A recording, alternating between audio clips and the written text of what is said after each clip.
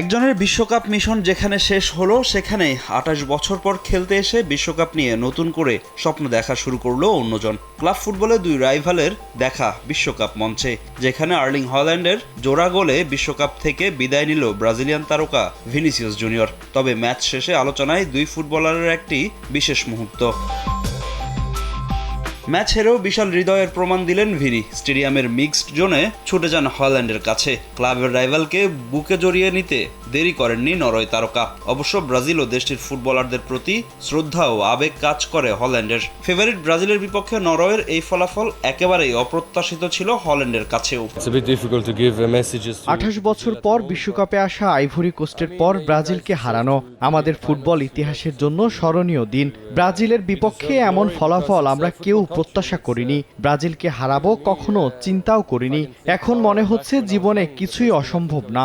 ব্রাজিলের এই দলটা বিশ্বকাপের ফাইনাল খেলার যোগ্যতা রাখে। ছোটবেলা থেকে আমি ব্রাজিল ও দেশটির ফুটবল তারকাদের নিয়ে ভাবতাম, নেইমার ভিনিদের বিপক্ষে খেলা ভাগ্যের বিষয়, কারণ তারা সেরাদের মাঝে সেরা।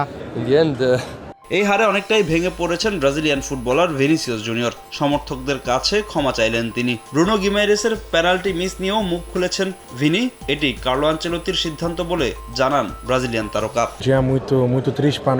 আমি এমন ফুটবলার নই যে বিশ্বকাপের সর্বোচ্চ স্কোরার হতে চাইব। অনেকেই বলছেন আমি কেন পেনাল্টি নেইনি। এটা কোচের সিদ্ধান্ত ছিল, কারণ ব্রুনো আমাদের সবার মাঝে সেরা পেনাল্টি শুট নিতে পারে। সমর্থকদের কাছে ক্ষমা চাওয়া ছাড়া এখন আমাদের কিছুই বলার নেই। আমি শক্তিশালী হয়ে ফিরব।